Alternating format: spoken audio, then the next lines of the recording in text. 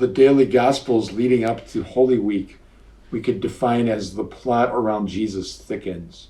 We see that this conspiracy to bring him down, to get him arrested, to even have him killed, continues to gain force and strength with some of the people that are leaders in Jerusalem. When I look at Jesus in the middle of that, I picture him with this vice that's getting tighter and tighter around him until he's finally arrested and taken before Pilate and ultimately condemned to death. And yet, in the middle of that, Jesus is still free. And especially in John's Gospel, it's clear that Jesus freely lays down his life, that his spirit in the end is completely surrendered to the will of the Father.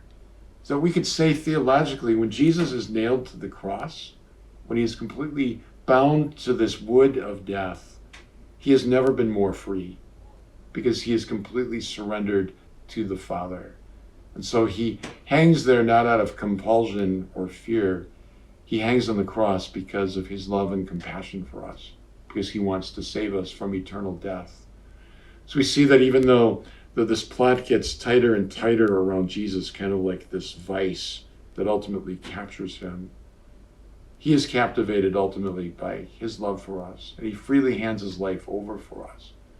So we see in that freedom of sacrifice, the liberation, the power of the Holy Spirit that allows us to become exactly who God has called us to be. As we ponder the mystery of the cross, as we enter into Holy Week then, we ponder this remarkable truth that in freedom and in his desire to save us, the Son of God freely hands his life over for us. Contemplate a crucifix often. Many of the saints could never look at a crucifix without weeping, and those were holy tears. Because we see in the crucifix of Jesus the passion, the power, and the purpose of God. Everything in God pouring himself out to seek our salvation and to have this relationship of mercy, truth, and goodness with us. How precious we are to God, how much we are loved. That's the message of the crucifix. That's the impulse that drives Jesus forward even to his death.